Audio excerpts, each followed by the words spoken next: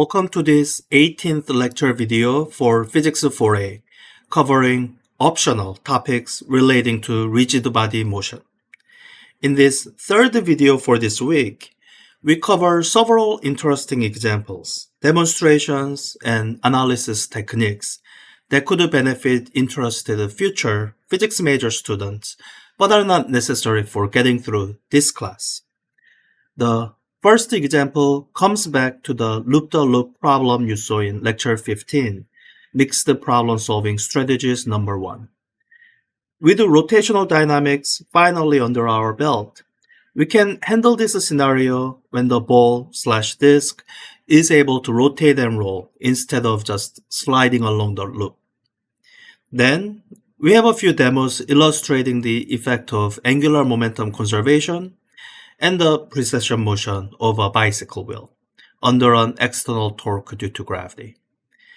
And particularly in order to describe the precession motion in a relatively simple way, we introduced the cross product properly, which can be used to describe all rotational quantities as fully three-dimensional vectors and not just as clockwise or counterclockwise.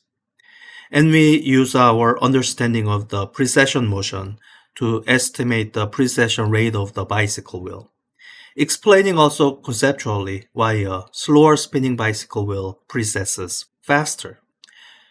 Finally, we wrap up this video with an analysis of a disc and a ring rolling downhill, presenting 3 different ways of analyzing the situation that are mathematically and physically equivalent to each other. I hope following these analyses deepens your understanding of rotational dynamics. In the next lecture next week, we will come back to the static equilibrium scenarios that we initially used to introduce the torque concept, illustrating more interesting situations and learning to analyze more complicated setups.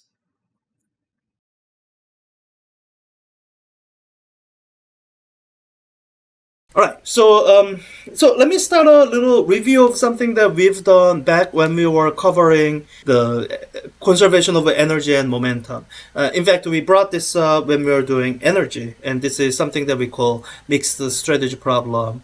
I'm trying to have this object do what's called the loop-the-loop maneuver, have it go through this circular motion quickly enough so that it can actually complete the motion without losing contact with the surface. And you've seen that if I release it from this position here, then it doesn't actually have enough energy, by which I mean that as I let it go, at the bottom here, it's not moving fast enough in order to be able to, as it goes up, retain enough of the speed to continue moving this circular motion. You will see it come off the track and do this instead.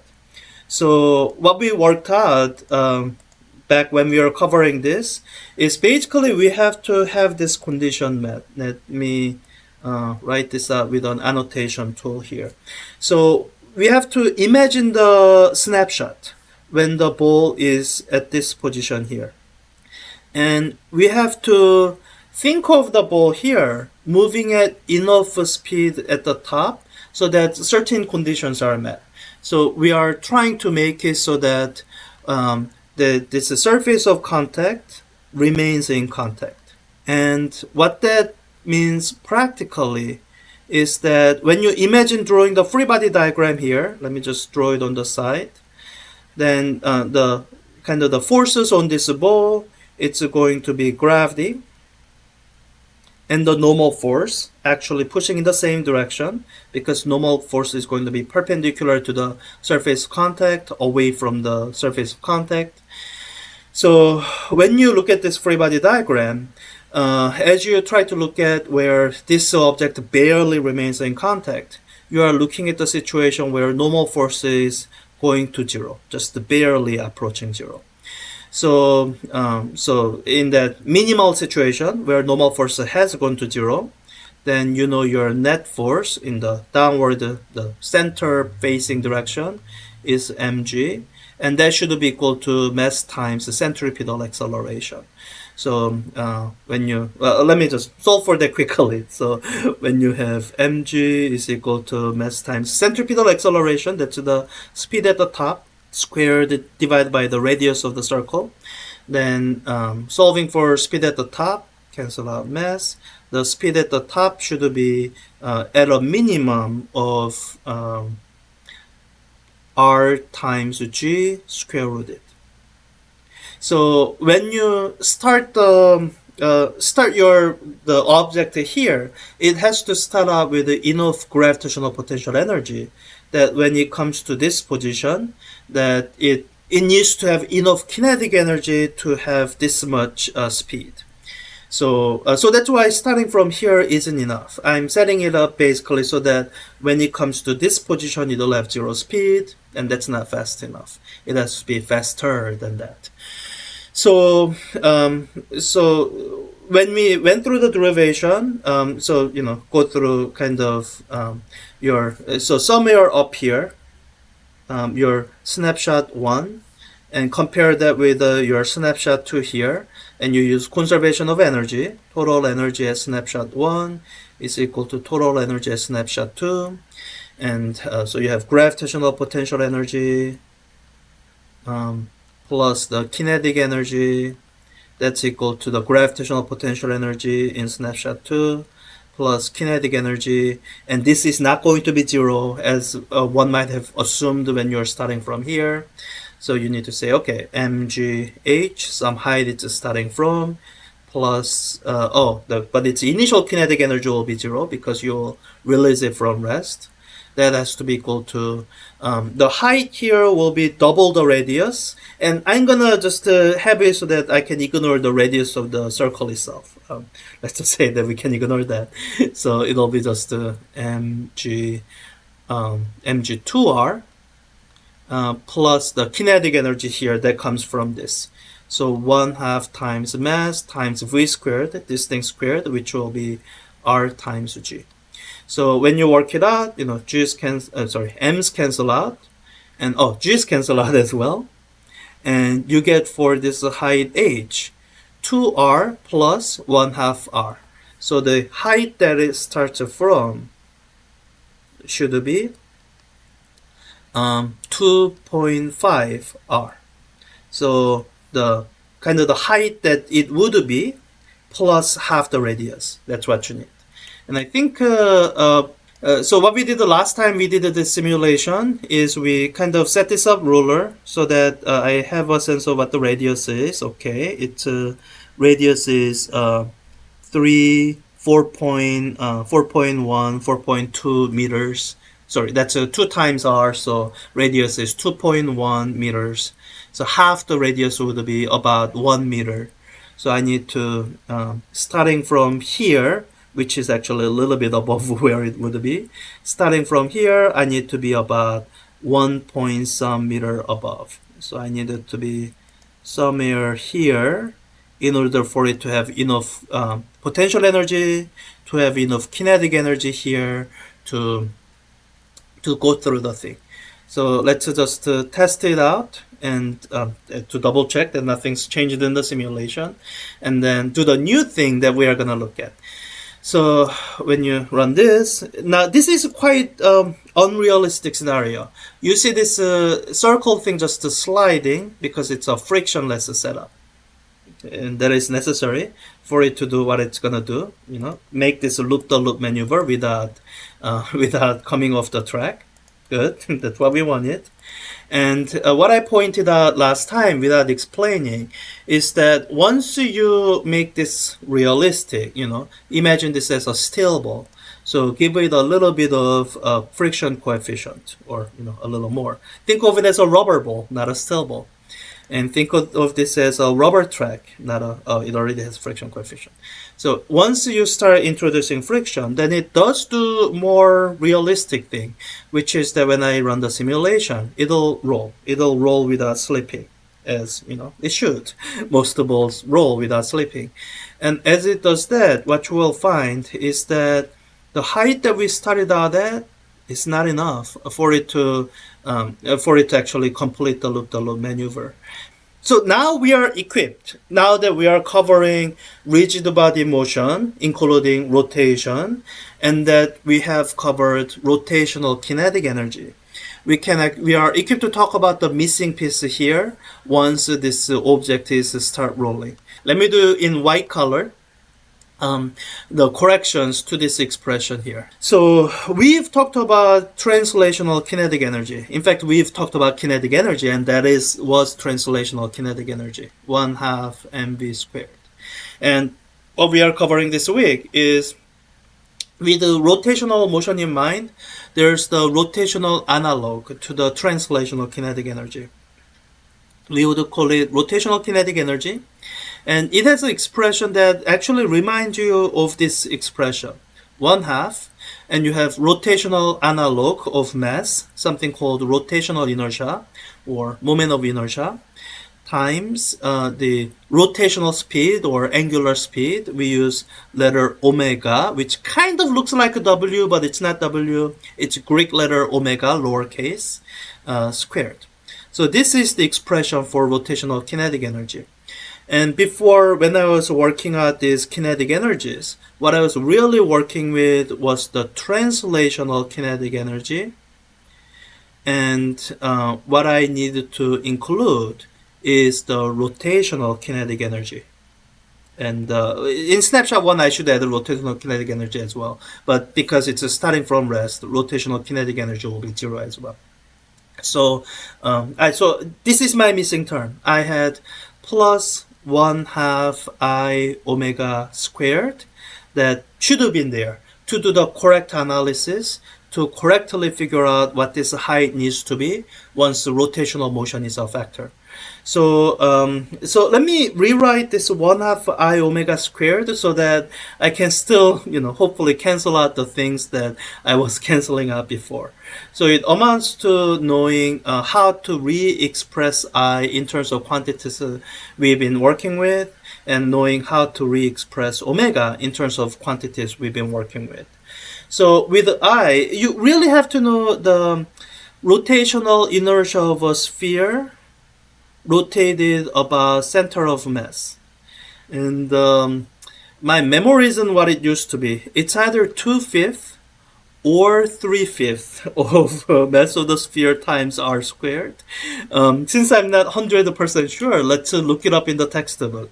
At some point, you can just look up the table, like being able to have it all memorized, every single odd geometric shape doesn't have that value anymore. So I had to say, just to make sure you know where to look it up. And as long as you know where to look it up, you can just look it up. I have the disk memorized, 1/2. Yeah, good. As far as the solid sphere goes, okay, it's 2/5. Okay, I must have been remembering that 3. So 2/5 mr squared. So that's going to be the rotational inertia of my solid sphere. Or, oh, you know what? I'm not sure if I'm dealing with a sphere. So when I see this shape, I imagine it as a sphere, but I think it's actually a disk, because this is a two-dimensional simulation. So it would make sense for them to simulate it as a disk, not a sphere. So if it's a disk, then this would be 1/2 mr squared. In any case, that's larger, so it'll give me more margin of error. So I'll go with that. So it's not rotational inertia of a sphere, it'll be rotational inertia of a disk. About its center of mass, 1/2 mr squared. So I need that. For omega, I need something called rolling without slipping condition. And I have a lecture video that goes in more detail, just giving you the formula here. It's going to be the speed of the center of mass, the translational speed of the center of mass, divided by the radius of the object. Here, this r would be the same r as that, radius of this object. Don't confuse that with this r, which is this r. Maybe I should, in the interest of avoiding confusion, I probably should rewrite this as lowercase r and lowercase r, and just be consistent about not confusing the two. So I need to substitute this into that expression for rotational kinetic energy and see what we get. The expression for rotational kinetic energy is 1/2 rotational inertia. So another 1/2 and lowercase r squared times omega squared. So v center of mass, that's going to be actually this same speed here, squared divided by r squared. So actually r squared cancels out. So if I had forgotten to distinguish these r's from this r, my mistake would have gone unnoticed because this expression would have canceled out. So for rotational kinetic energy, I have the expression 1/4 mv squared. Let me plug in that v. So it's gonna be 1/4 m r times g. So replacing this expression with that final simplified expression 1/4 mrg, you can see that okay, I can still do my cancellation of mass, I can still do my cancellation of g, and what would end up happening is before I had 2.5 r, to that expression I'm adding another 1/4 r, so there'll be plus 0.25 r. So I have to raise its height by basically about a half of this height here. So let me move it up by that much, and then let's see if it's able to do the loop maneuver again. So I'm gonna raise its height of or the point of contact by about half that amount. I think that's about half of what it was, maybe a little more. I'm just eyeballing it. About half of this is, I think, that. So let's give it a try. Let's see if it's able to do the loop maneuver. Oops, I need to bring back friction.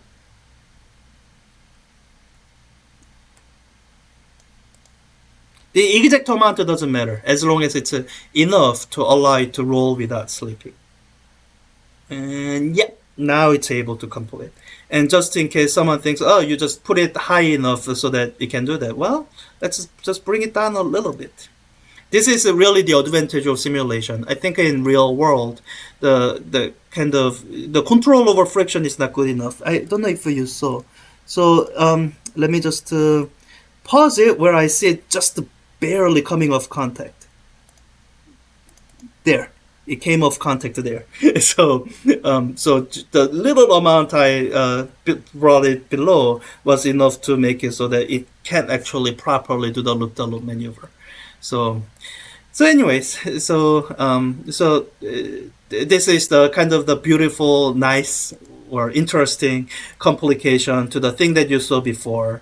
Once objects are starting to roll, once in a rigid body rotation, once there's rotational motion in addition to the translational motion, in different scenarios you have to modify some of the analysis that you did before. So up until this week, we have been ignoring rotational kinetic energy, like with still balls. So the tool that you are being given this week is how to take that into account, how to take those complications into account. So let me just wrap up this simulation with just a demonstration with the smaller mass. So with this one, I kind of have to be careful. So the thing that I have to be careful is because of smaller size, it's a center of mass when it's here. So I think it actually needs to start from here in order for it to do the loop maneuver when it's not rotating. So let me first set that up first, and then we'll go from there. So try to get it to a height where it can just barely do the loop maneuver. Okay, not yet. Need to raise it a little bit. It feels like I have to raise it more than I feel like I ought to, but you know what, it does. So let me just do that. Okay, I think just a little more, and it'll actually do the maneuver without any loss of contact. All right. So from that position, if I simply change it to material so that it has friction, then it will no longer be able to do loop maneuver. Yeah. And now what I needed to do is I need to kind of eyeball what half of the distance here would be. So the distance that I'm working with now is something like this distance. So I need about half of that much. Oh, I don't know if I have enough height. I, so let me try it here. If not, I'll need a little bit of editing to extend this ramp, and then we'll retry. So from here, it still has friction. Okay. Let's see if we can do the loop-the-loop maneuver. It might not be quite high enough. Okay, yeah, it was quite high enough. So I'll just have to extend that ramp a little bit. So okay, from this height, it needs to go half of that, so about that much. I think that's about right amount of height, like half. Yeah, let's give it a try and see.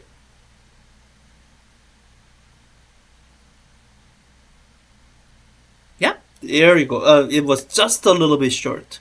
If you look at it, there's a brief moment where it lost the contact. Right here, it lost the contact right here. But so okay, it should have been a little bit higher up there. Then now it can do the loop-to-loop maneuver without losing contact. So yeah, this new formula that we derived is valid both for it doesn't depend on the radius of the sphere that the disk that you are rolling. It only depends on the fact that we took rotational kinetic energy into account, and some of the geometric and the mass factors that might have mattered cancels out, so they don't end up mattering. So yeah, this is the situation. I want you to demonstrate it. I want you to rederive the formula because if it's not something I've done in the past, and I want you to verify the validity of the formula using simulation, which this kind of test is again really hard to do in the real world because we don't have precise control over friction and the height. Each time I place it, it'll change a little bit. The simulation is the kind of thing that demonstrates theory more accurately than any in-person experiment can.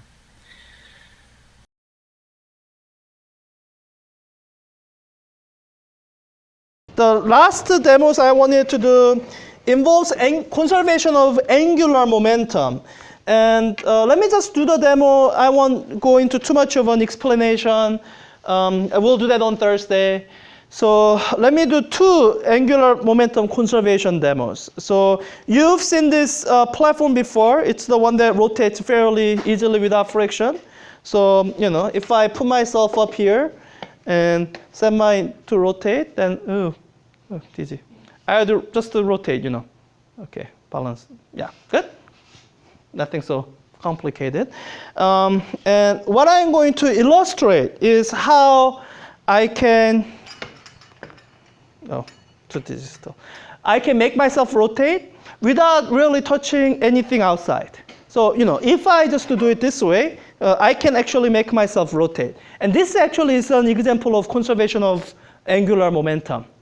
So what do you see as I try to make my upper body rotate viewed from top, rotate clockwise? Like what do you see with my lower body? If I try to make my upper body rotate clockwise? My lower body goes counterclockwise. Why is that? Or what principle would you use to describe what's happening here?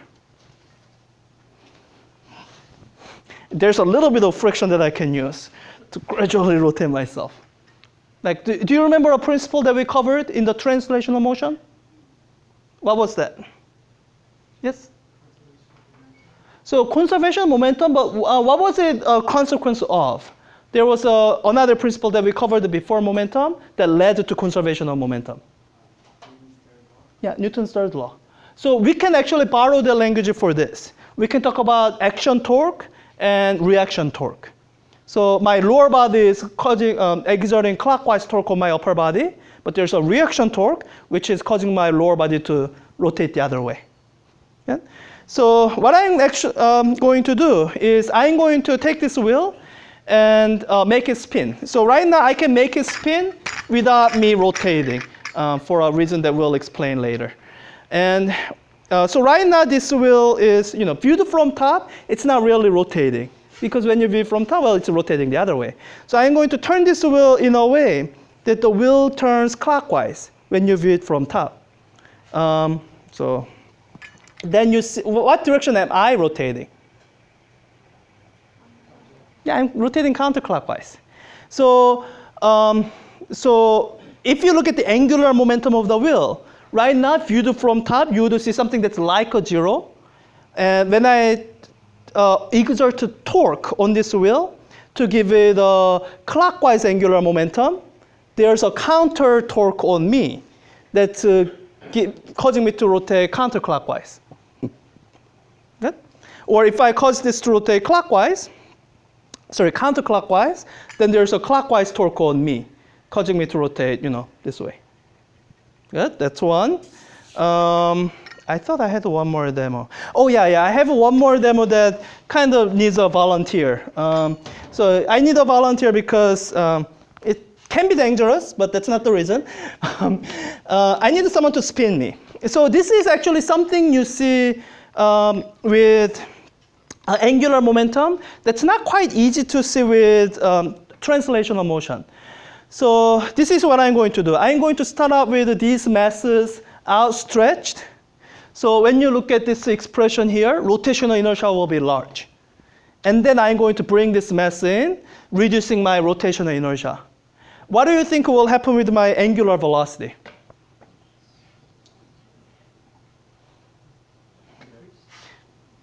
Did I hear decrease or increase? Increase if the angular momentum is conserved. So the volunteer I need somebody to spin me because it's hard to spin myself outstretched. Can someone spin me, gently? Somebody. Anybody. Ranjit, come spin me. I'll tell you when it's too fast. This way?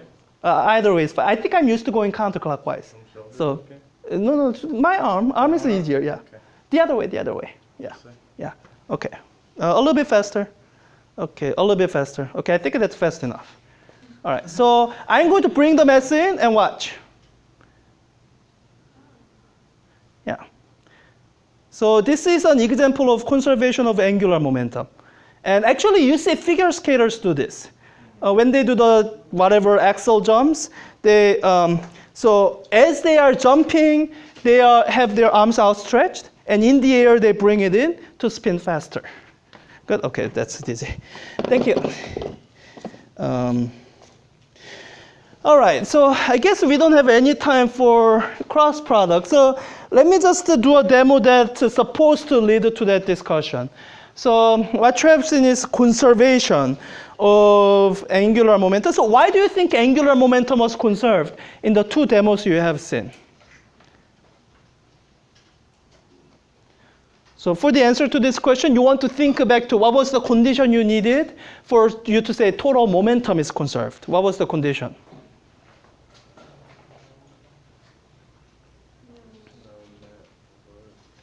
Not work, that's energy. External. What about external? There's no net external force acting on it. Yeah. So the more precise version was no impulse due to net external force. But it's the external force that you are worried about. So with the angular momentum, it's going to be the same thing. It's the torque due to external forces. That's why it was important that this was rotating frictionlessly. You can actually get a situation where angular momentum changes. So if I hold this from this end and let go, there will be torque due to gravity. Gravitational force acts here, pulls it down, and swings it down this way. Right? I mean, I don't have to do that for you to be convinced that that's what's going to happen, right? Now, the motion that you will see is something called a precession. And this is the one that really requires us to handle rotation like the vector that they are. That's where we are going to need to use cross product. Now, when I let go of this wheel, it'll do this motion. Maybe you have seen it in different other classes, but otherwise, this is a quite unintuitive motion. And this is difficult to describe using any other tool than what we are going to introduce, I guess, on Thursday. Dealing with all these rotational quantities as actual vector quantities. because this is what I wanted to point out, but I ran out of time. So with the translational quantities, you have seen me meticulously draw these vector notations, right? Vectors. And with the rotation, I haven't done that because we haven't treated any of these rotational quantities as vectors. But what I am telling you is that there is a way to describe all of these, well, not this, all of these as vectors. And we are going to introduce the mathematical tool you need to do that. And that will be used to explain this precession that you just saw.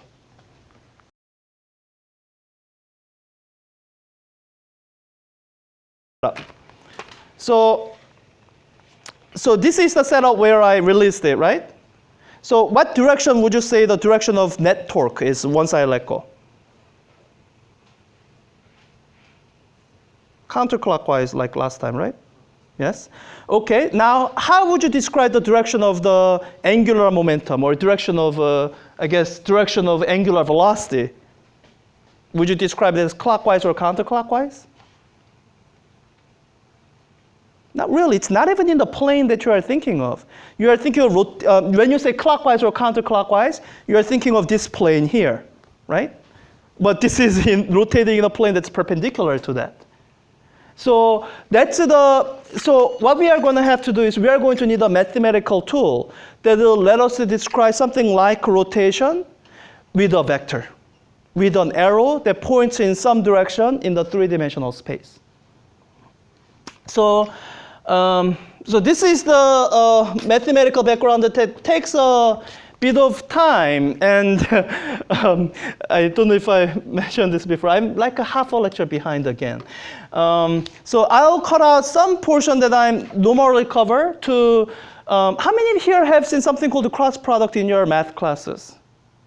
Some of you, okay. Oh, most of you. So maybe this is not all that new.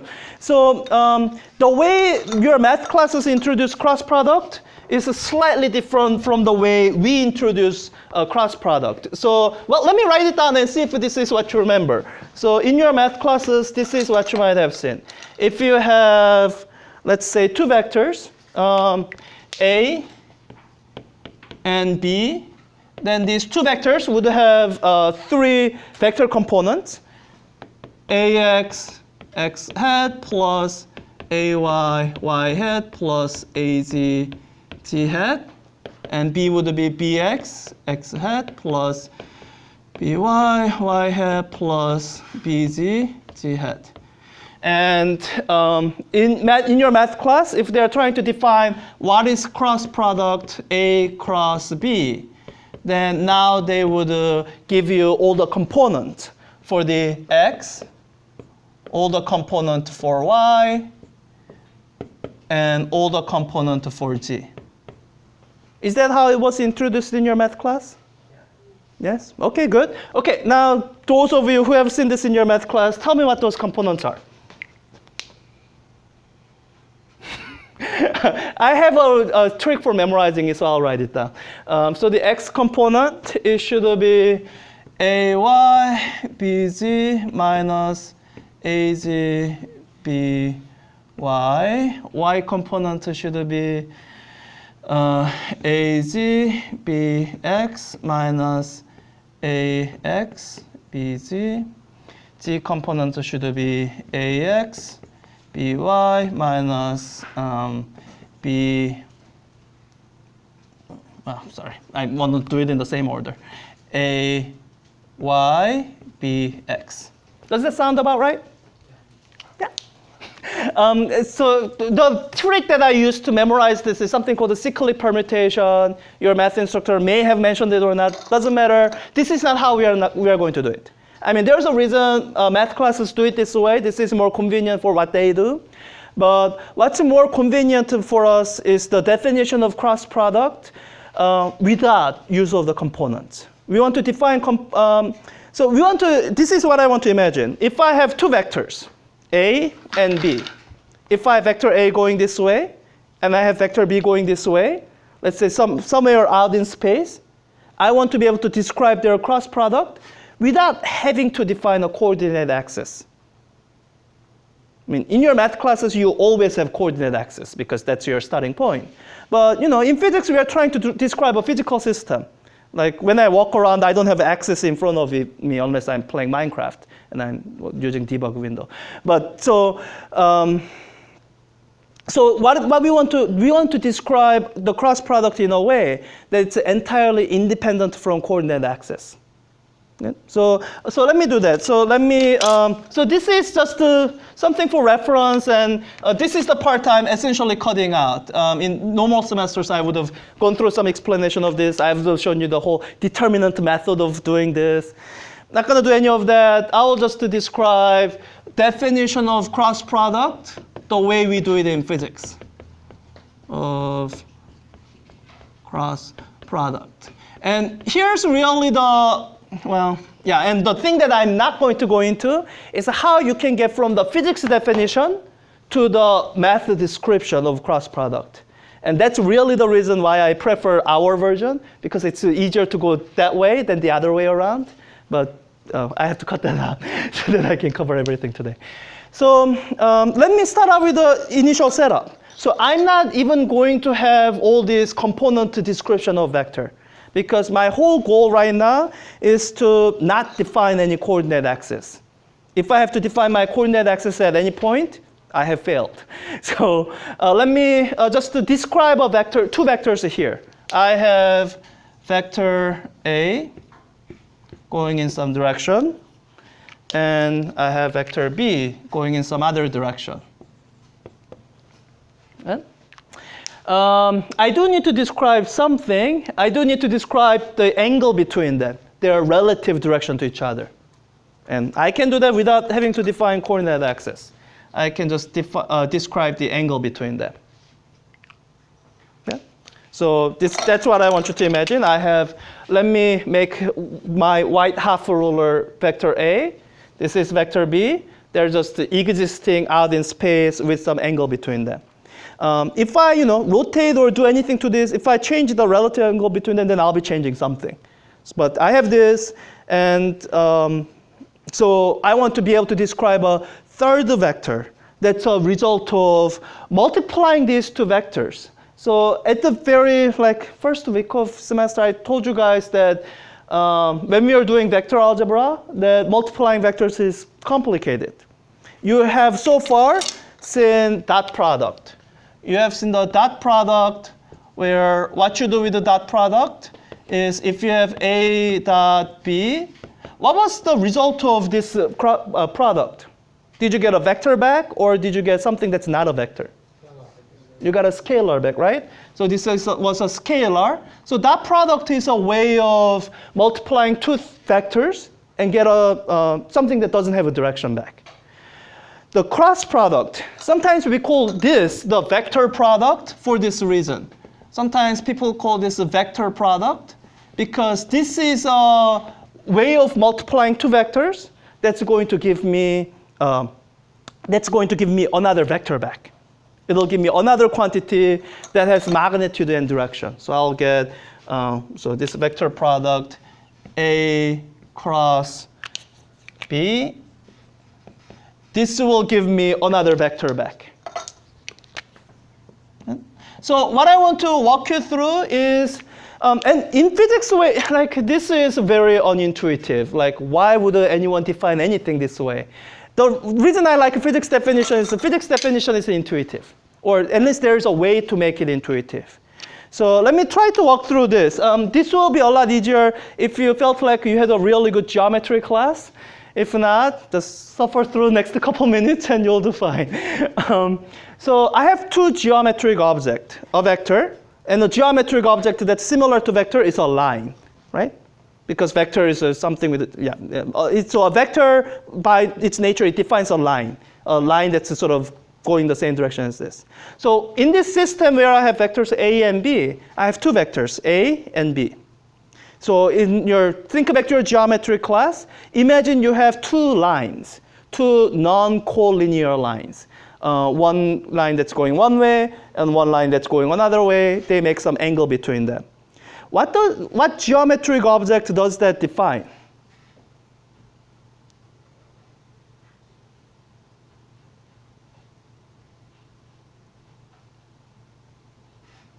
Yeah, it's walking you back quite a bit. So let me just, what do you need to define a line in geometry? You need 2 points, right? If you have a point and another point, then that can be used to define a line. All right, what's the next dimensional object? Plane, okay. What did you need to define a plane? Do you remember? You could do it with the 3 points. That would be like having 1, 2 points that'll define a line. And if you have a third point, let's say third point on this board, that defines the plane of the board. But if you have a third plane, that third point that's way out here, then that defines a plane that looks like this, right? So that's maybe the most basic way to define a plane. But there are other equivalent combinations of geometrical objects that will also define a plane. Is 2 lines one of those? Two lines that intersect, right? So this defines a plane. When I put 2 vectors this way, there's a plane that contains both the vectors, and that's a unique plane.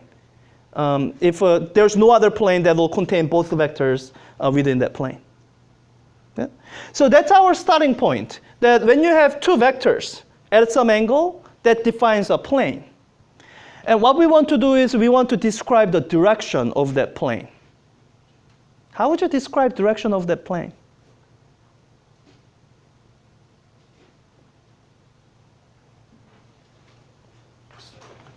So, vectors describe direction. So I want to do it with a third vector. Now, can I describe the direction of the plane with a third vector that's within the plane? No, there's an infinite number of vectors that's in this plane. 2 of which are these 2 vectors that was initially used to define the plane. So if I'm trying to use a third vector that's tangent to the plane or within the plane, no, that's just not going to work. There's an infinite number of those vectors. So this is my goal. In trying to define the direction of the plane, I want to find a unique vector that I can associate with this plane so that I can say, all right, the direction of that vector, that's the direction of my plane. How would I associate a vector with a plane in a way there's unique, only one vector? So tangent vector would be the one that I just described, the vector that's within the plane. So if it's I think you meant either perpendicular or normal. Oh, yeah. Yeah. So perpendicular to the plane, right? Then you can already see, that limits my choice down a lot. So, my arm's hurting. So when you have this, plane of the board, if you are thinking of vectors that's perpendicular to the board, how many such vectors do I have? Everyone has 2? Okay, Stephen, can you describe the 2 vectors? So one pointing in one direction and in the opposite direction of that. Yeah. So you could have vector that's pointing into the plane or a vector that's pointing out of the plane. So I already used this notation before, right? This circle with the x in it for vector into the plane. Yes? And circle with a dot in it for a vector out of plane. So we want to associate direction of plane with one of these 2 vectors. So we want to say that A cross B, which defines, so A and B, which defines the plane.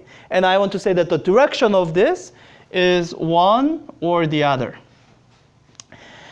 And this is the point where I have to tell you that we are just going to make an arbitrary choice. So we did our best to pick a unique vector, and this is as far as we can get. We can narrow it down to choice between the 2, and there's nothing mathematical or in laws of nature that will let us pick between the 2. So we are just going to make an arbitrary choice. What's important about this arbitrary choice is that everyone on the earth make the same arbitrary choice. So we look for some commonalities between people. We all walk upright, we walk on 2 feet, we have some kind of bilateral symmetry. Now, could I have everyone raise their dominant hand? Yeah, so this is where you see why we choose the rule that I'm going to describe now. About 90% of us are not right-handed. So I don't mean to pick on the people who are left-handed, but because we are going to pick, this is an arbitrary choice. It could have easily been left-hand rule if, I guess, whoever came up with the rule happened to be left-handed. But the chances were they were right-handed because 90% of the people are right-handed. So we are going to use the dominant hand for most people as the arbitrary choice that makes a choice between these two. So if you are left-handed, I'll just have to ask you to use your non-dominant hand to apply this rule. So this is the right-hand rule. We use right-hand rule to pick between these two. And it could have easily been left-hand rule. And if we meet up with some aliens in the future, they might easily have a left-hand rule instead of right-hand rule. So this is how I do right-hand rule. There are different versions out there. In your textbook, you might find the version involving 3 fingers. If you want to use it, fine, go ahead. I'm never going to use it. I prefer the version with the whole hand. This is especially important in physics 4b, where this whole hand version morphs into other shortcut versions. So I use the one with the whole hand. And this is how you apply this right-hand rule to make a choice between these 2 possible choices. So I take my hand, orient my hand so that my hand is in the direction of the first vector. So the order matters here. So I put my hand in the direction of the first vector. Then while it's still pointing in that direction, I can rotate it around in different orientations. And I pick the orientation of my hand that will allow me to bend my fingers in the direction of the second vector.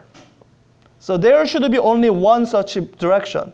So it's a choice between essentially this or so this is not. So when your hand is in that orientation, the direction of your thumb is the one that picks between these two.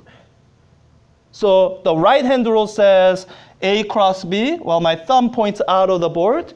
So we are going to say that A cross B points in this direction by right-hand rule. Once again, this is an arbitrary choice. It can be, it's an arbitrary choice. We could have easily gone with the left-hand rule. But the only thing is, most of us are right-handed, so it's easier for us to do it with our right hand. So we're just going to oppress the left-handed people and have you do it with your non-dominant hand. But but that's the convention that everyone uses. So I highly recommend that you use that also. So that's the first part of the definition of cross product A cross B. This tells you the direction. The direction of A cross B is direction that's perpendicular to the plane that contains A and B. And given the 2 choices, we pick the one unique choice by using right-hand rule. All right? What else do I need to define a vector? The magnitude. So magnitude, I can't really think of an intuitive way to introduce it, so I'll just write it down for you. So the magnitude is defined this way. So the right-hand rule, this is the first part of the definition of A cross B. And the second part, which gives you the magnitude. Magnitude is, well, A cross B, and you take the magnitude. That's going to be equal to magnitude of A times magnitude of B. So A times magnitude of B times the sine of the angle between them. Sine theta. Does this sound familiar? Magnitude of one vector times magnitude of another vector times the sine of the angle between them. Where have you seen it before? Well, okay. Where have you seen it before in this class? With the torque, right? So what it is, torque is actually defined using cross product. So now I can actually tell you the actual definition of torque. So this torque here, this is how we define torque. We define torque as, this time I have to do it in correct order. I'm used to writing down force first and then the displacement. Turns out that's the wrong order. You have to do it R cross F. And this R is the displacement vector. So that's the torque. Let's see. And you need one more thing, the angular momentum here. So I was describing this using other rotational quantities, right? But as you might recall from before, every one of these rotational quantities, you can express it in terms of the translational quantities. You have seen that before. This is the fourth time you're seeing me writing this down. And we just did that for torque. We described the torque in terms of force. So which translational quantity can I describe angular momentum in terms of? Yeah, momentum. And sort of looking at this as the guide, I'm going to get relationship between these two. I'm going to copy that over from here. So angular momentum will be same R cross not force, but momentum.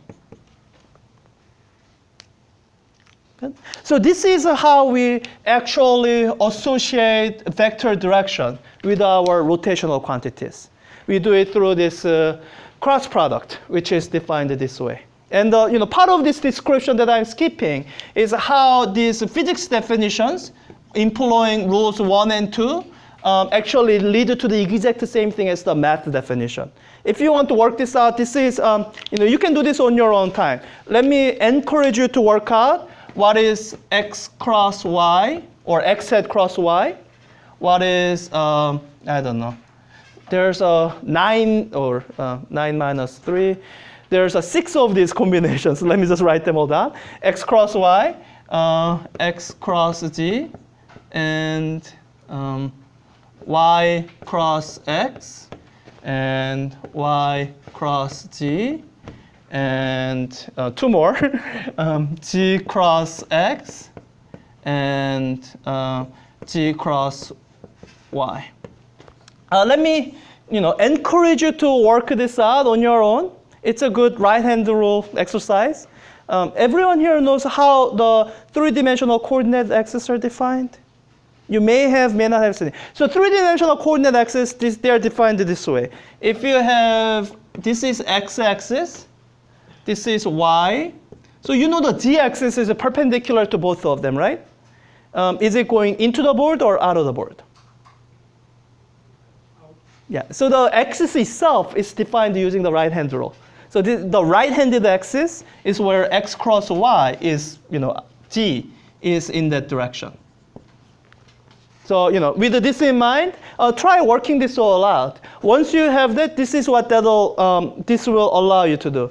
Once you have this, then you can actually do this product. Plug in A, this, B, this. You have to do the whole distributing the product thing. And then when you work it out, using your knowledge of this, you'll get all of this. So, that's the part that I kind of have to skip today because not enough time. But let me actually touch on one thing. I said that there are 6 combinations. Are there really 6 combinations combining, three, when you have some vector cross another vector and the order matters, and there's 3 choices for this, 3 choices for this. Are there really 6 choices, or is there more than 6?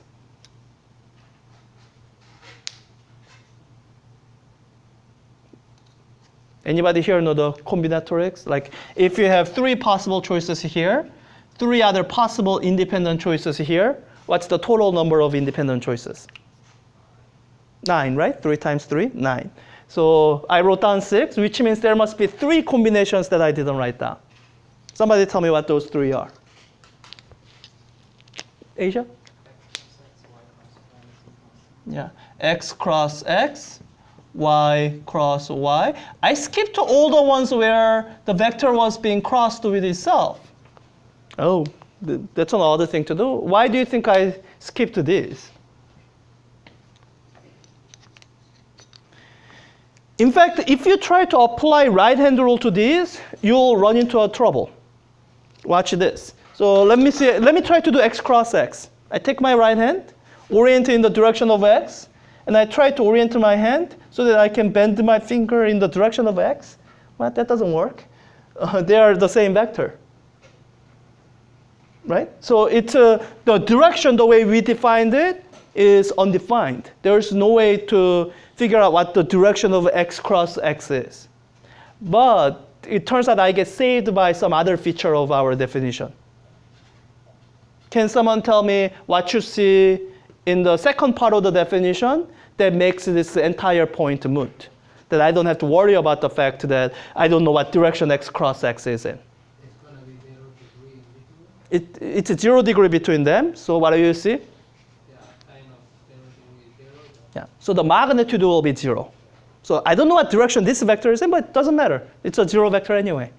So, those are the ones I skipped. X cross x gives you 0, y cross y gives you 0, g cross g gives you 0. Okay. So this is a quick introduction, and we'll use this to describe precession in the class today. And you're not really going to see this for the remainder of this class. The class where this is really necessary is Physics 4b. In Physics 4b, you cover magnetism, and there is no way to do magnetism well without understanding cross product. So you'll see this again in Physics 4b, especially if you take it with me. But I just want to leave it there. For now, let's use this tool to describe what's going on here.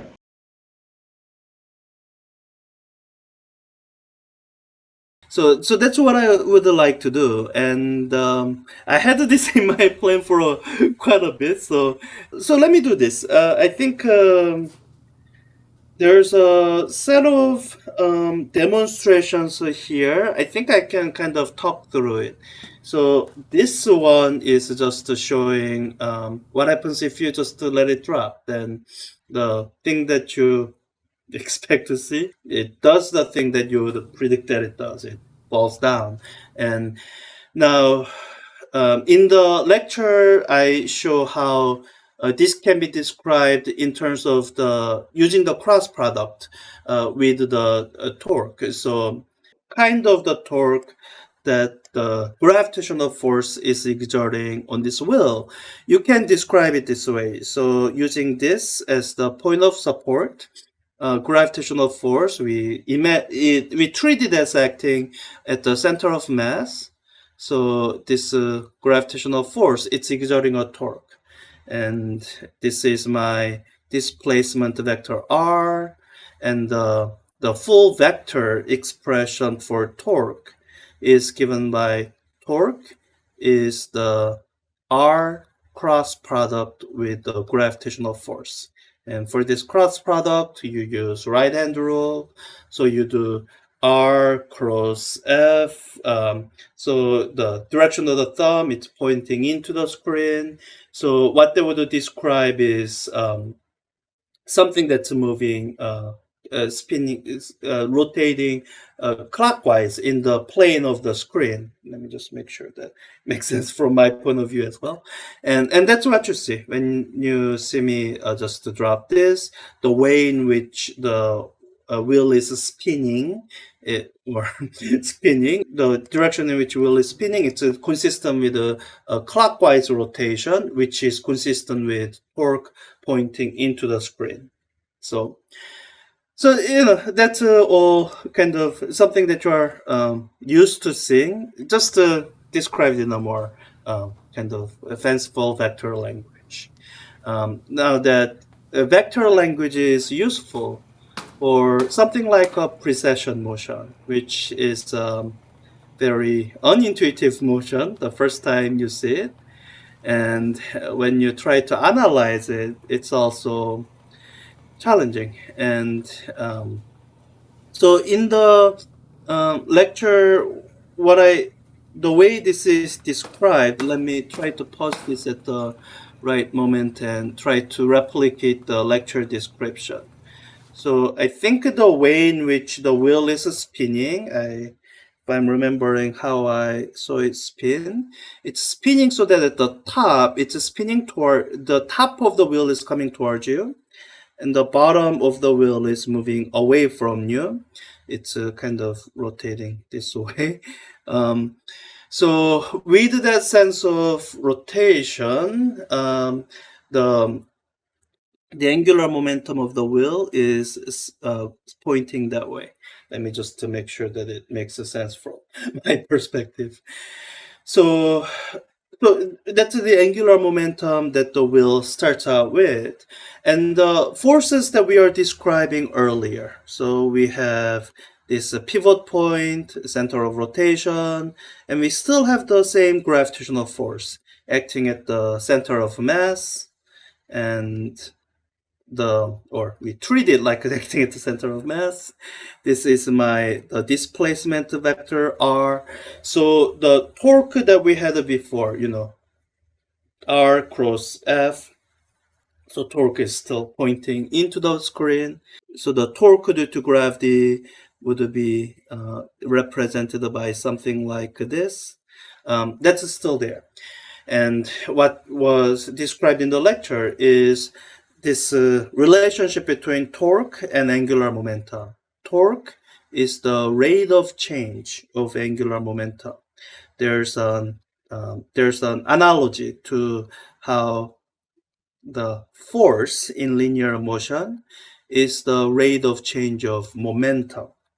And this description is useful because knowing this torque allows you to predict or anticipate or describe the change of angular momentum. So, let me just quickly rewrite here. So from this torque, some amount of change of angular momentum per time, I can solve this for change of angular momentum. That's amount of time times torque. So what this is saying is the change of angular momentum is in the same direction as torque. So this initial angular momentum that we start out with, it's going to have to change in a direction so that the change is pointing into the screen.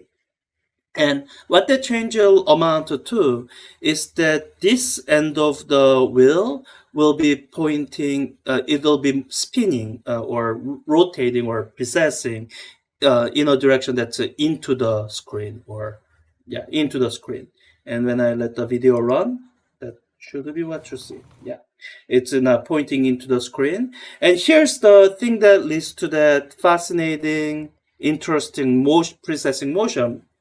As the wheel itself spins, all that arrangement of the torque and the angular momentum, they all kind of change in three-dimensional space. What remains constant, the kind of relative relationships that don't change, is that the gravitational torque remains perpendicular to angular momentum. So the direction of the angular momentum keeps changing in a perpendicular direction from where it was pointing before, and the magnitude of angular momentum isn't really affected. So all of that is, I think, enough detail to kind of draw this picture to help us come up with an analytical expression to predict what should be this precession rate then. So we have this model of precession motion, and let's just put some numbers down so that we can predict this precession rate and compare it to the experimental value that we can measure from this video.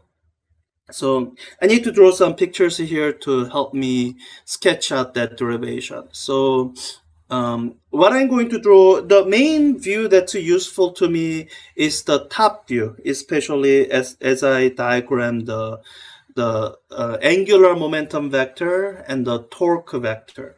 So imagine looking at this wheel that was spinning from the top. Let's say this is the point of the support, and I'm just going to use that to anchor all my vectors. So we have the angular momentum vector that started out pointing to the right, imagining kind of viewing that wheel from the top as seen in the video. And this tip is going to trace out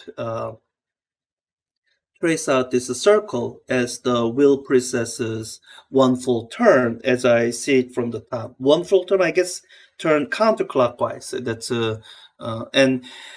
and this is consistent with the direction of torque.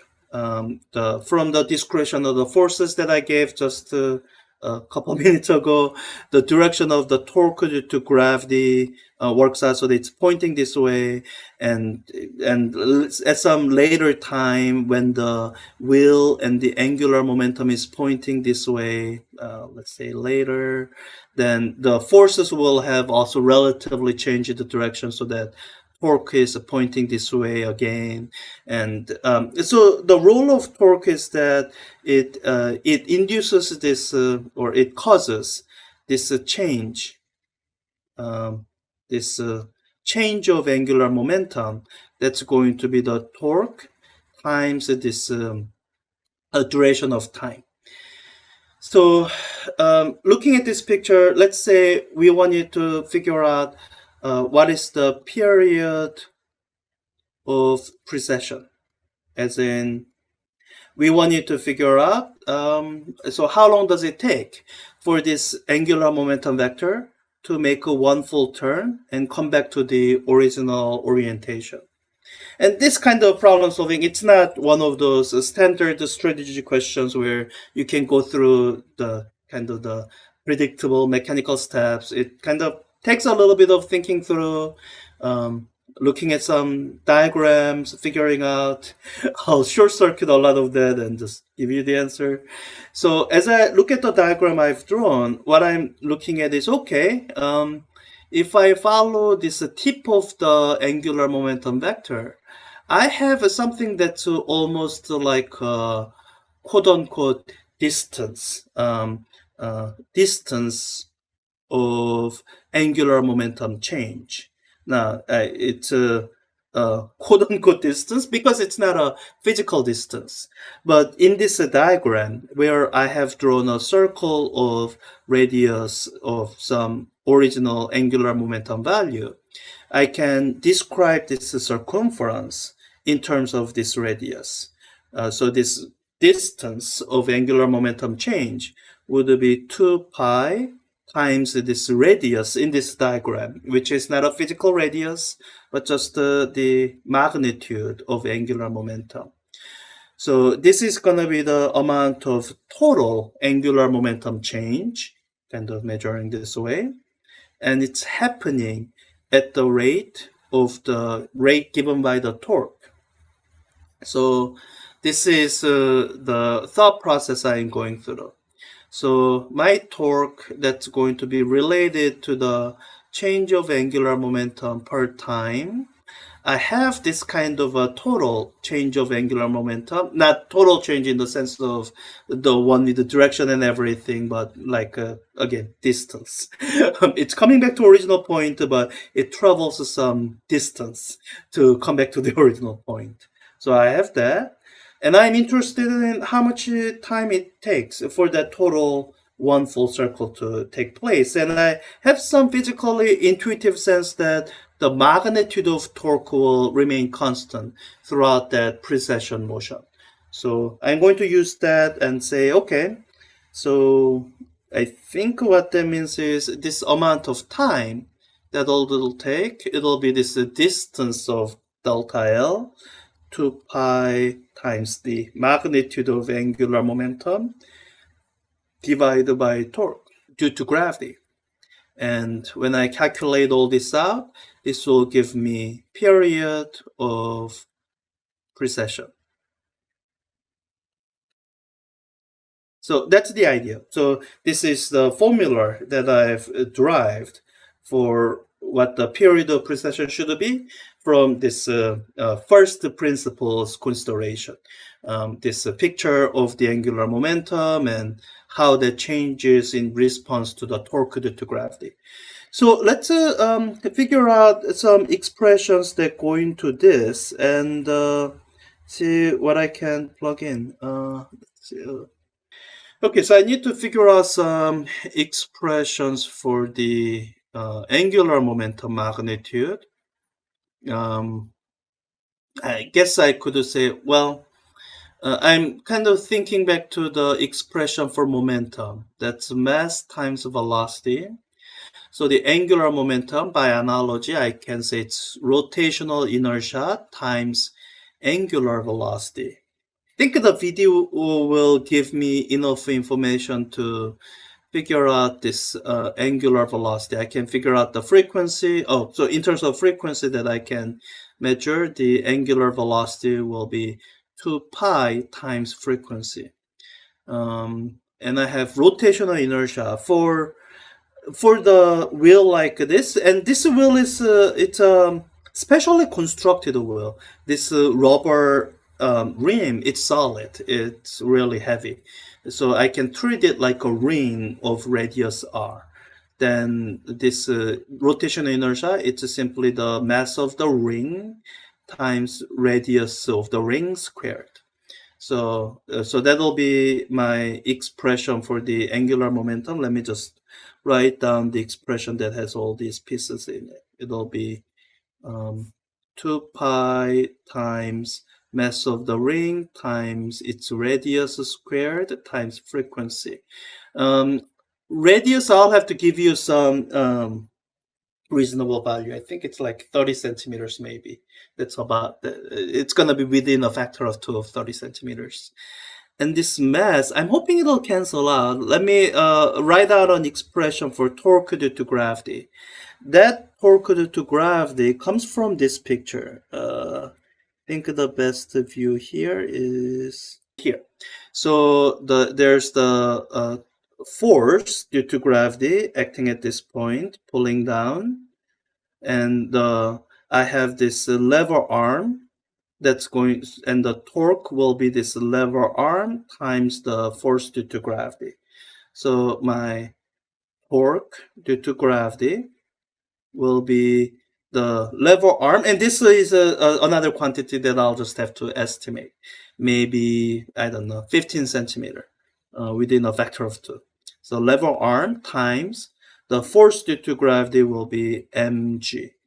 So this is where I will see the cancellation of these two mass values as I plug them into my equation for the period of precession.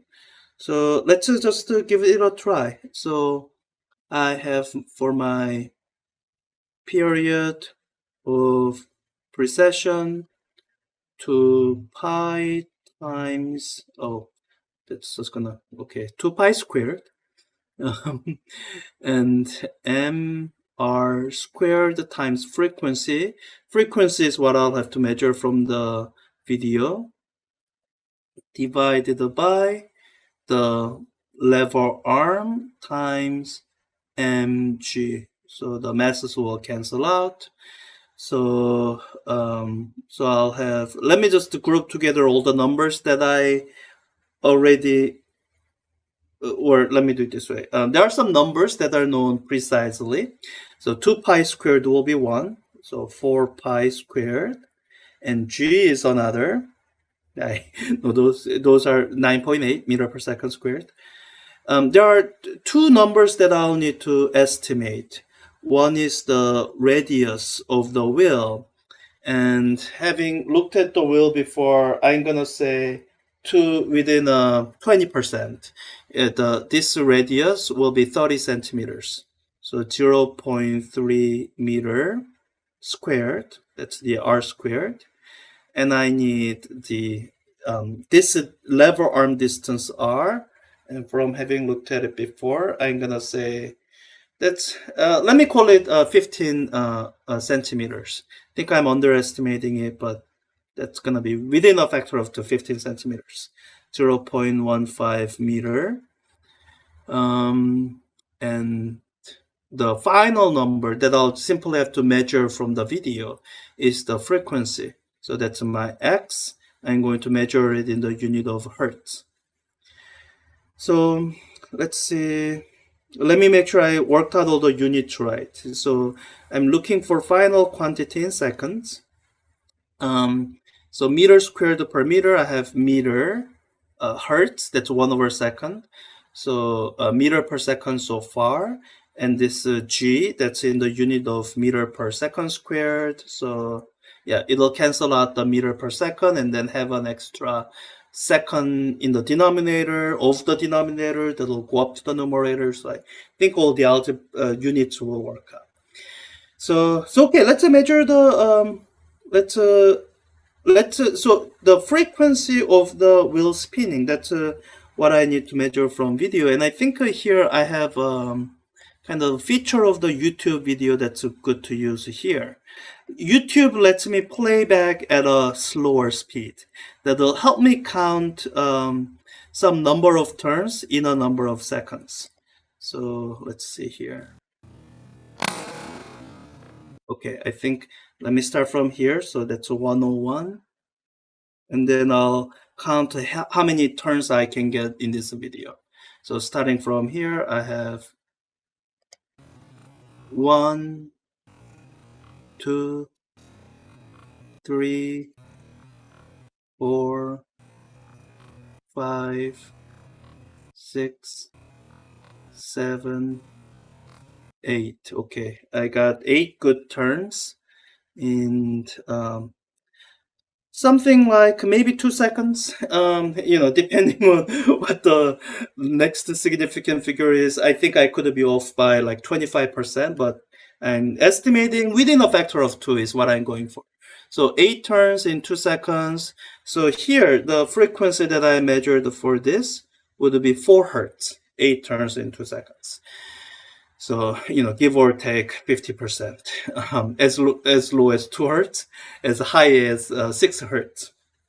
So I think I have all the numbers I need to now plug in the numbers and predict what the period of precession should be. So let me put in 4 times pi squared divided by g, 9.8 meter per second squared, times 0.3 squared divided by 0.15. Now, this is the important number, times 4. So the prediction here is that the rate of precession will be about 10 seconds, give or take. Let's see. Give or take like 50%. Let me do a half turn because I think I did enough for a half turn. Okay, so letting it go there, and when this is exactly on the opposite side, okay, here, and then when it's exactly on the opposite side. So from 106, okay, that's half turn. So 4 seconds for half turn. So 8 seconds for the full turn. So yeah, the 10 seconds, it's pretty close. That's within the limit. And we can, so I think there's a later part in the video where I do this for a slower turn, and we can see how that goes. This is just demonstrating how when you spin it the other way, it precesses the other way. I think that's fine. Not a big deal. You can draw diagrams for yourself and work that out. I'll leave that for you. Let me advance to the point in the video where I'm deliberately spinning it slower. I think somewhere here. No, that's still the best one. I could redo it, but I think here it'll be similar. That'll be spinning at something like 4 hertz, and this will, the precession will take like 10 seconds. The next one is where it'll be spun slower, and we can see if our formula continues to work for slower precession.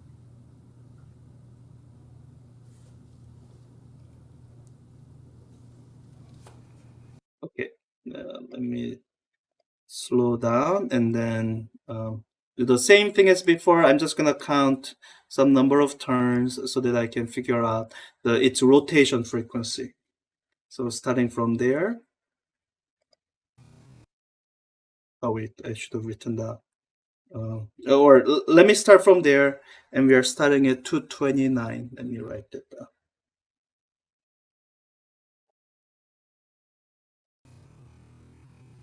1, 2, 3, 4, 5, 6, 7,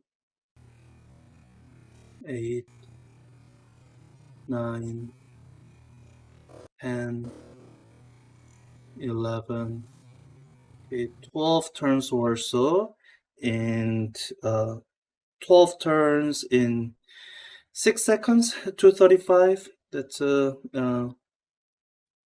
so yeah, 12 turns in 6 seconds. So it rotation rate, it went down from 4 hertz to 2 hertz. So the precession time, I can just do this in my head.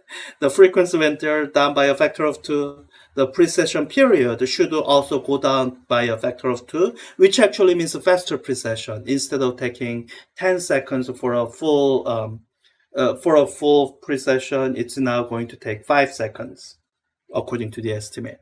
Let's give that a try. Back to normal speed. And I had to start where...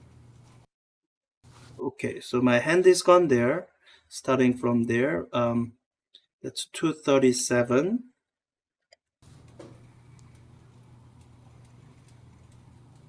Back to there, 241. That's 4 seconds. So it's within 50% of, well, even within 20% of what we estimated. So yeah, that's how you estimate precession rate. And the conceptual descriptive question is something I like asking, just because it in a one simple question it can kind of distinguishes between people who, at least at conceptual level, understand the precession and people who maybe don't.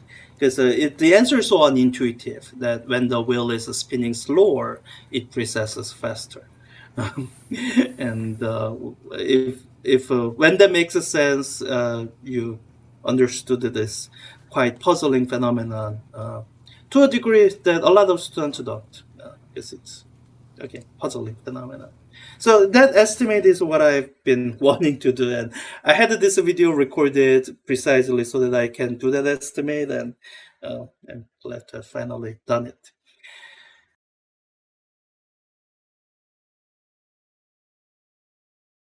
Okay, so let me do this question. This is a question I've wanted to do for a while. I think you have a homework question in your homework set that somewhat relates to it. And I think I've done that question in one particular way.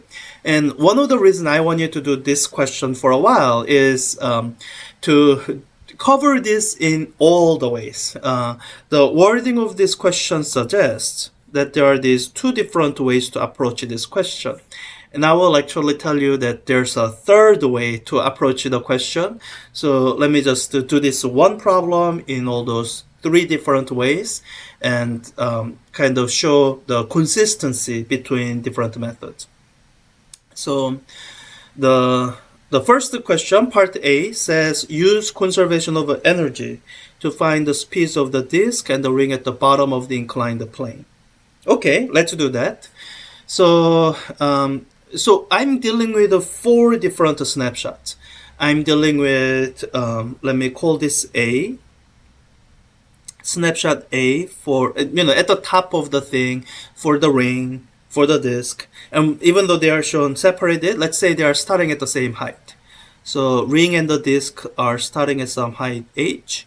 And that's my snapshot A, my initial snapshot.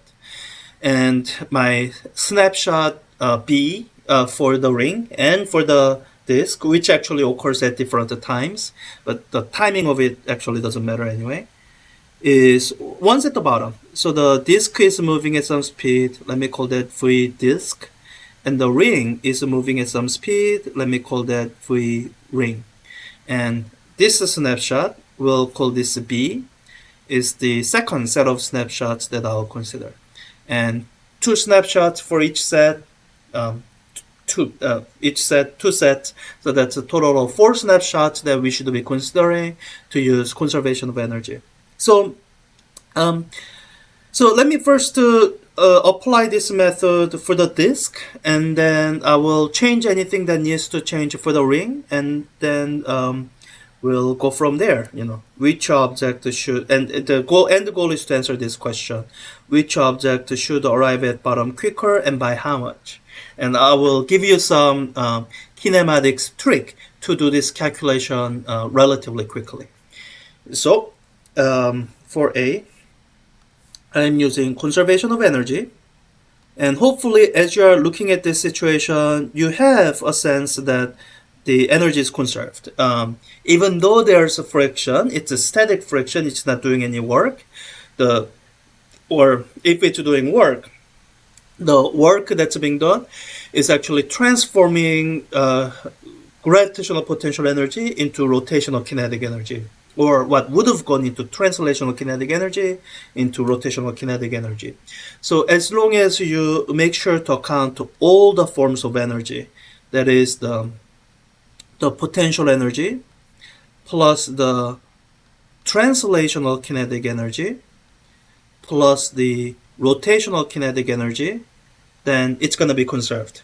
By which we mean that these quantities taken at snapshot A is going to be equal to these same quantities, same expressions, potential energy, translational kinetic energy, plus rotational kinetic energy, calculated at snapshot B, the total sum should be the same. So let's write them out. We have expression for gravitational potential energy. That's going to be let me make sure I'm gonna be doing it for disk first. So gravitational potential energy mgh plus the translational kinetic energy 1/2 m, and at the top, so let me write down va squared, and then as I'm writing it down, I'm realizing, oh, that's gonna be 0. So all right, it's gonna be 0 plus the rotational kinetic energy 1/2 rotational inertia over disk times its not speed, angular speed in snapshot A squared. And once again, I'm realizing when it's starting out from rest, it's also not rotating, so this will be 0. So all of this should equal the final kinetic energy, final potential energy, where, by specifying this as H, I have implicitly defined this point, bottom position as y equals 0. So my gravitational potential energy at that point will be 0. Plus, okay, now I actually need translational kinetic energy, 1/2 m times the symbol for speed I'll be using, vd squared, plus 1/2 rotational inertia times angular speed squared. So let me write down the simplified version. mgh is equal to 1/2 mvd squared plus 1/2 I omega d squared. And let me do some in-place simplifications. So I wrote ID for rotational inertia of a disk, and I know what the rotational inertia of a disk is in terms of known parameters. So let's plug that in. I'm gonna put in, let me just move this out a little bit and replace ID with the expression for the rotational inertia. So that's gonna be 1/2 mass times the radius of the disk squared. Okay, that's one. And I need an expression for my angular speed. Otherwise, this is one equation, two unknowns, vd and omega d. I can't really solve for it. And whenever you have things that are rolling, and guess it didn't quite explicitly say so, but it's reasonable to assume that things are rolling without slipping. Whenever you have that happening, you have this condition. The translational speed of the center of mass of a circular object is equal to the radius of the circular object times its angular velocity. I've gone through this discussion elsewhere, did the derivations. I'm just going to use this, or the version of it that's a solve for omega is equal to v center of mass divided by r. I'm just going to use that here. So I'll replace omega d squared with the speed vd. What I've labeled as vd is the velocity of center of mass divided by radius of the disk squared. So once you've written this out, you see a bit of a beautiful simplification. you have r squared here, and you are going to have r squared and vd squared here when you distribute the exponent. So r squared actually cancels out. So whatever the radius of the disk is, doesn't matter, doesn't actually factor in. And finishing out this simplification, let me just scroll down a little bit. What you have is, it looks like I can actually factor out 1/2 mvd squared. It's in every single term. So let me factor out 1/2 mvd squared. So I have 1 from my translational term, plus the terms from here, I factored out 1/2 mvd squared. I have 1/2 remaining, 1/2. So what that rotational kinetic energy does is it takes this term that would have been 1 without rolling, and it changes it to 1.5. So it makes the cost of kinetic energy higher, because when it's rolling in addition to moving translationally, then there's more kinetic energy involved in that same motion, or motion of the same speed. So let me solve it for VD. I think that's gonna help me answer that question, which object should to arrive at the bottom quicker and by how much. Let me solve this for VD. VD is equal to, in the interest of time, I'm just gonna do the algebra in my head if necessary, or let me just do a little bit more so that I don't confuse myself. This is 3/2, so it's gonna be 3/4 VD squared after having cancelled out m. So the rest of the algebra I'm gonna do in my head. If necessary, pause the video and make sure your answer agrees to mine. So it's gonna be 4gh divided by 3 square rooted. I could pull out some quantities outside the square root, but I didn't feel that actually simplifies anything. So let me leave that here. So that's the answer for final speed at the bottom of the slope for the disk. When you think of doing the same calculation for the ring, I hope you will realize that a lot of this doesn't need to change. So you can basically take this, use that as a starting point, and as you're dealing with, let me just take a couple things so that I don't have to keep scrolling up and down. So as you're doing this same calculation, this time for the ring, where rotational inertia of a ring is mr squared, you can go through each line of calculation and think through what needs to change. So where it had rotational inertia of a disk before, that now needs to change into ring, which means when I plug in the rotational inertia here, this shouldn't be 1/2 anymore. It should be just 1. And the rest of it actually doesn't change other than changing the symbol to ring, not disk. So when you arrive at this point in the calculation, this just turns into 1, not 1/2, which means this 1.5 that I wrote. So this time the cost of rolling and moving the ring is now even higher. It's higher by a factor of 2 instead of 1.5 as before.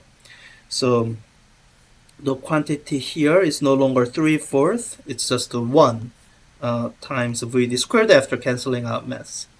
So when you solve for VD, I can get rid of this, or sorry, not VD. Let me make sure I'm using correct symbol, VR for the ring. VR for the ring. So VR for the ring, it's just gonna be square root of G times H. So let me just move this in, and square root of GH. So compare these two answers. Alright, so you are looking at these two, comparing what we calculated before for disk versus what we are calculating now for ring. You can kind of compare them. They both have square root of GH. So this has square root of 4/3, where this has square root of 1. So this is greater. Meaning the disk has higher speed at the end of the rolling down. So we would expect it to arrive at the bottom more quickly. So as you're thinking through this, that you are comparing two objects, both of them start at speed 0 at the top, and at the bottom they have two different final speeds. If the question had asked which one has higher final speed and what is it, then we'll be done. Unfortunately, what the question asks is this. Which object should arrive at the bottom quicker and by how much? So what the question is asking for, it's not asking for anything about speeds directly. It's actually asking for what is the difference in time. So we need to calculate that. I think some of the geometric quantities are easier to get. So they gave us h and they gave us theta, which means we can actually figure out the distance. This distance, let me call that delta x. That should be h divided by sine theta. If you're not sure, go through the geometry yourself and make sure that this is correct. I'm pretty sure that is correct. So, okay, geometric factors are easy enough. And I think the method a lot of people will take is that, okay, I know the final velocity. I can figure out the displacement. Now let's go through the kinematics equations. And one of the kinematics equations you'll come across is the one that says delta x is equal to 1/2 at squared plus v naught t plus, well, that is delta x. So that, and you can combine that with a number of other equations. Either delta v is acceleration times time, or even v final squared is equal to v initial squared plus 2 times a times delta x. And what I will tell you is that all these methods are the long way. There's a way to do this calculation a lot more quickly with fewer steps in between. And it'll follow from having a good understanding of definitions and kind of staring at and realizing what quantities that you actually need. What you're actually being asked for is delta t. What you actually have is the initial and final speeds, different from knowing the difference in velocity. And you have the displacement. And if you are looking to connect these most directly, or for example, if you are looking to find an expression that relates to this most directly, it's actually a quantity that's not any of the things on the screen. It's the average speed. Average speed is related to the displacement divided by the duration of time. And you might think, oh, but I don't have average speed. How does writing this down help me? Well, writing this down helps you because in a situation like this, constant acceleration, there's a special formula for average speed.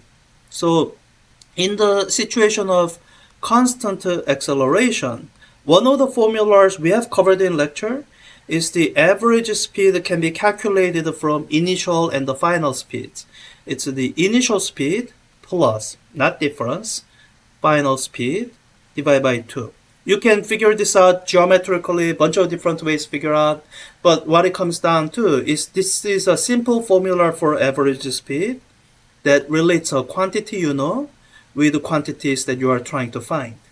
So you can equate these two different expressions for average speed and say delta x over delta t is equal to v initial, which is 0 in our case, plus v final, which we worked out. It's either speed of the disk or the ring divided by 2.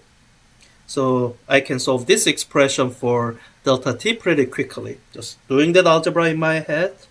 Delta t is equal to 2 times h divided by sine theta divided by that v. So v that we calculate. It's so applying this formula, it's either going to be so the duration of time for the disk would be 2h over sine theta. This is all the common factors times, now I have the expression for reciprocal of v of d comes from comes from there. It will be square root of 3 over 4 GH for the disk. Or applying that with the ring would be duration of time for ring is 2h over sine theta times reciprocal of that, which would be square root of 1 over gh. So from here, if you have numerical parameters, you can get the duration of time in this single calculation and get the difference in time. Or, if you want to finish up algebraically, the difference of time would be, I can factor out a lot of this. I can factor out 2h over sine theta and even 1 over square root of gh, which I can actually simplify a little further, but I'll just leave that as it is. Square root of 3/4, wait, not do it. Let me do larger minus smaller. So it will be 1 minus smaller, 3 over 4. So this is one way of doing this calculation for that one question. Part B of the question gives you a way to do this calculation in a different way. So let's do part B. So the way I'm going to approach this part B is actually similar to the method I used in that other question, or in one of your homework questions.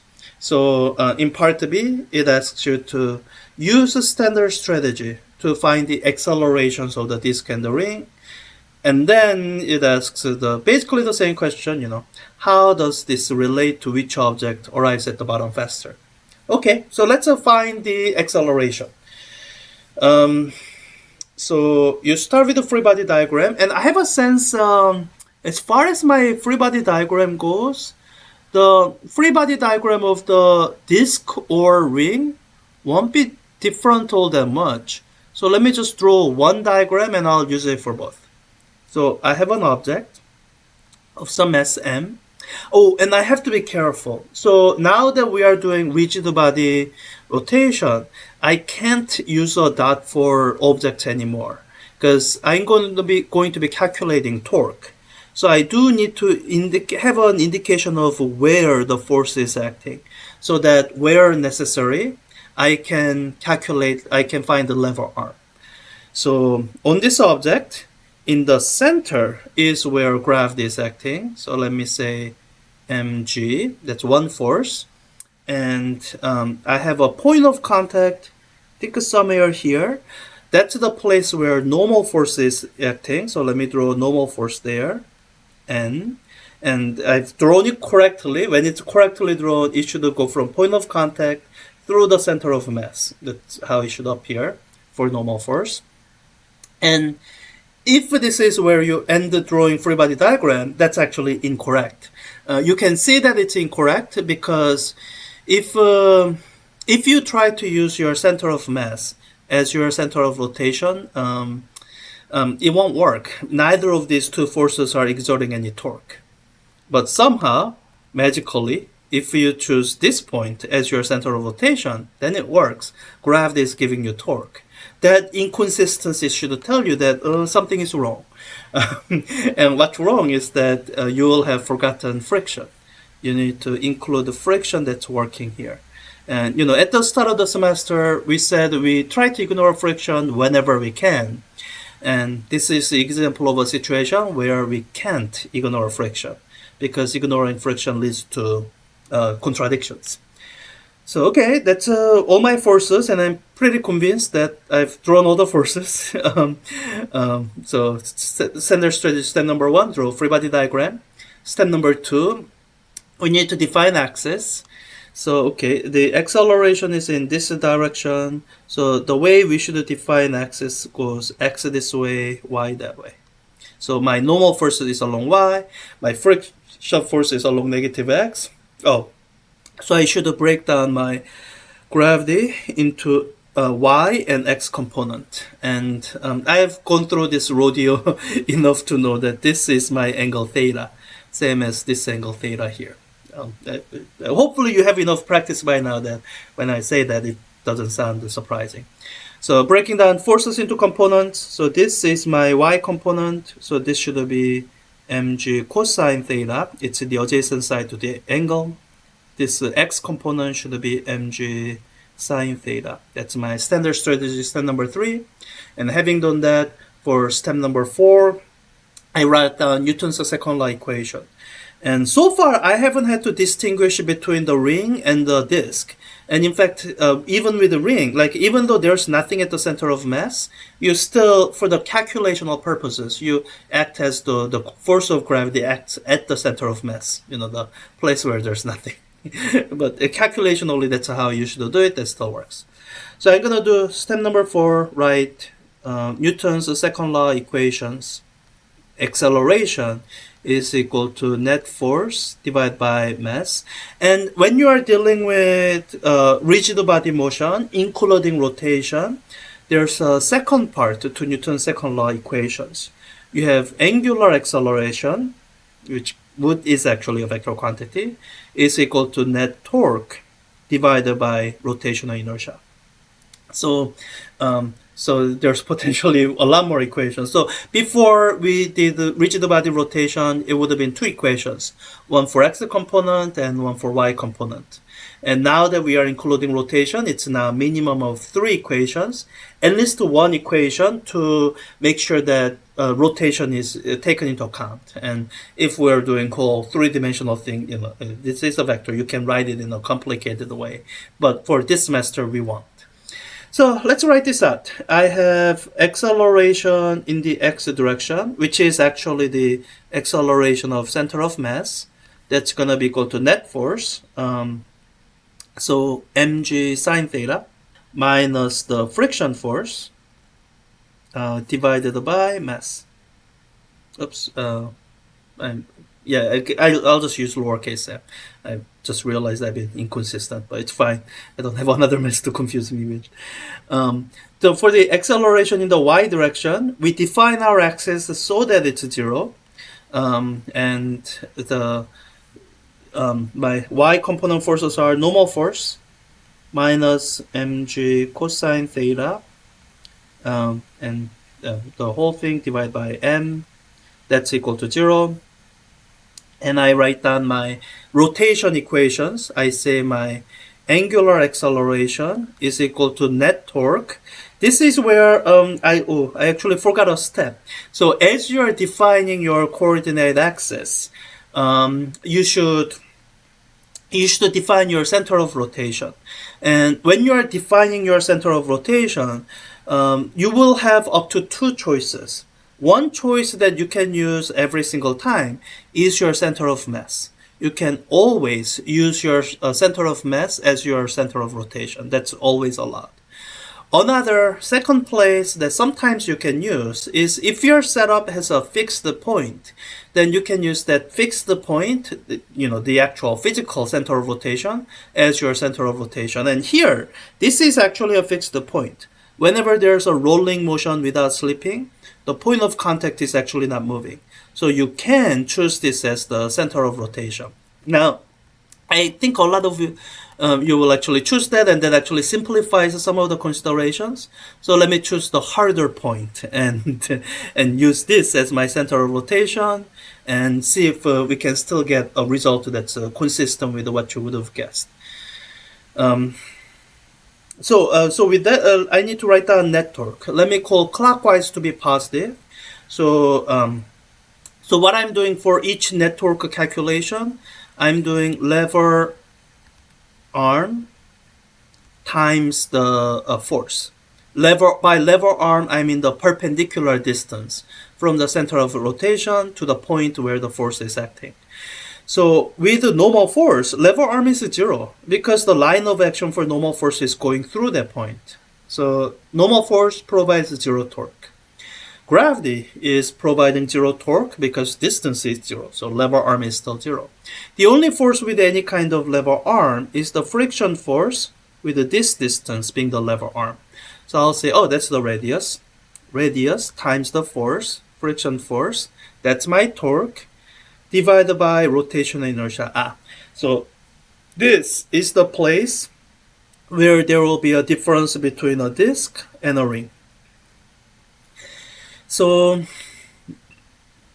So okay, I'm at the end of my standard strategy. Let me do the thing that I tell you to do every single time. So you counter equations. I have 1, 2, 3 equations. Let's count our unknowns and see if this is solvable. So we have acceleration that I don't know, 1. We have friction that I don't know, 2. And we have normal force that I don't know, 3. um, and we have angular acceleration that I don't know, 4. 4 unknowns, 3 equations, that's not enough, I can't solve it. Now, a lot of you might be tempted into introducing F is equal to mu n. That actually adds more problem. 1, you don't know mu. And 2, even if you knew mu, this is a static friction, so it actually doesn't help. Here the equation that you need to introduce is actually the one we used up above in using the other approach. So let me go get it. It's this rolling without slipping condition. That is what will give you your fourth and final equation, so that you can actually solve this in terms of in terms of things you have. And let me start out with this, and we'll need to modify it because when we wrote this, we had our quantities in terms of velocities. And what I can tell you is, just as this condition holds, similar relationship holds for all other kinematics parameters. You could say displacement is equal to r times angular displacement, or you could say the angular acceleration. So let me write it down. You can say acceleration is equal to r times angular acceleration. And this is my fourth equation. So 4 equations, 4 unknowns. This didn't introduce any new unknowns.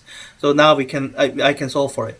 And as I solve, I'm just gonna ignore this equation because all this does is it's introducing n unknown, and it's giving me an equation. So I can solve for n using this equation, but I don't really want to know n anyway. I'm going to assume that friction coefficient is big enough that we are never at that risk of slipping.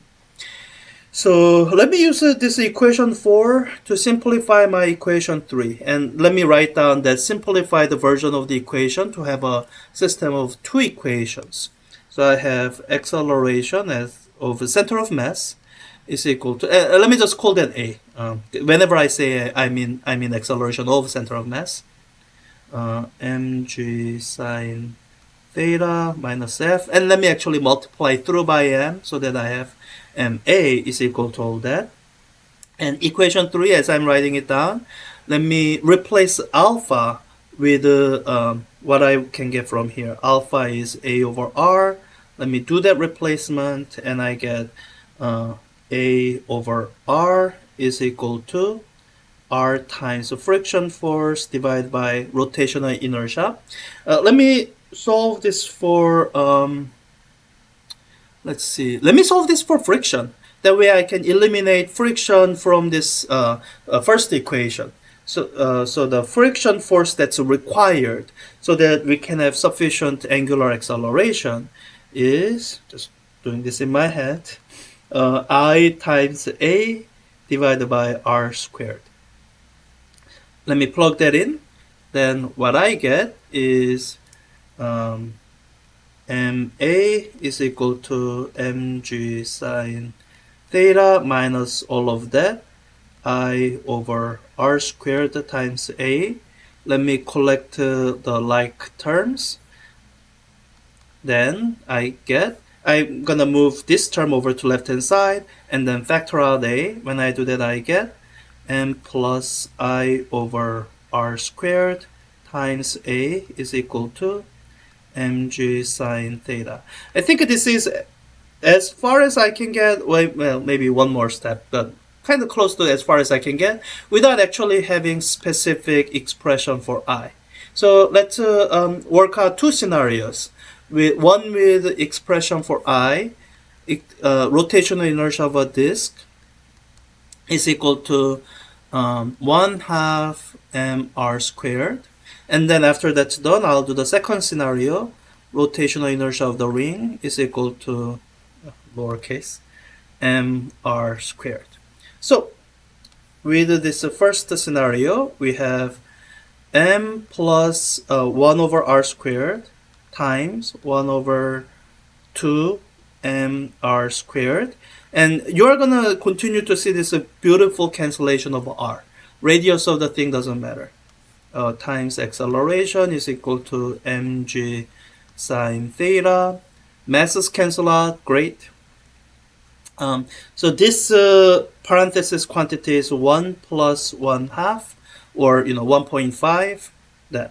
So in this analysis, the effect of the thing rotating is the effective mass of the object is higher.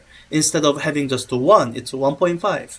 So when you solve for acceleration, it's g sine theta divided by that. Let me divide by 1.5. So that's the case for a disk. And when you do the exact same calculation for ring, then it's going to be m plus 1 over r squared, and now the rotational inertia, mr squared times a is equal to mg sine theta. Again, beautiful cancellation of r squared. Another beautiful cancellation of m. And so we have 1 plus 1, so this factor here becomes 2.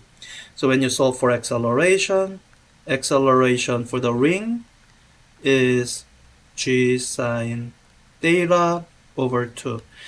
So acceleration of the ring is lower than acceleration of the disk. And I think that actually answers the question. The question was asking which object undergoes greater acceleration?